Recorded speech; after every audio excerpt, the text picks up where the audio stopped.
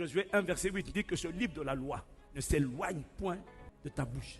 Ça veut dire qu'il faut que tu sois capable de proclamer le livre de la loi. Il faut que tu sois capable de citer le livre de la loi. Il faut que tu sois capable de déclarer le livre de la loi. Méditer, ce n'est pas lire. Méditer, c'est ruminer, réfléchir intensément. La méditation est l'activité de tous les êtres humains, mais leur esprit.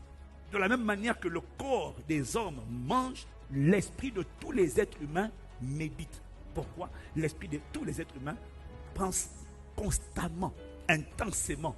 Il n'y a personne qui est sans penser. Tout le monde pense à quelque chose. Si tu sais t'inquiéter, tu sais méditer. Chaque esprit mange. La question c'est, est-ce que ce que tu manges est choisi ou est subi? Est-ce que ce que ton esprit mange au quotidien, est-ce que c'est toi qui décides ce que tu vas méditer? Comme David dit dans Psaume 119, verset 97. Combien j'aime ta loi, elle est tout le jour. Il n'a pas dit 15 minutes par jour. On ne médite pas 15 minutes par jour. On peut lire 15 minutes par jour, mais on doit méditer tout le jour. On doit réfléchir, penser, ruminer, décortiquer la parole de Dieu, la prendre dans tous les sens. On doit faire ça tout le jour. Les gens qui méditent ne sont pas des gens qui n'ont pas de problème. Les gens qui méditent sont des gens qui font le choix de choisir ce que leur esprit va manger.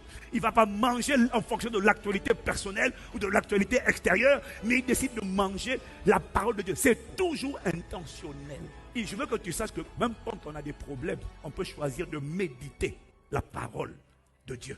La clé, c'est que tu médites.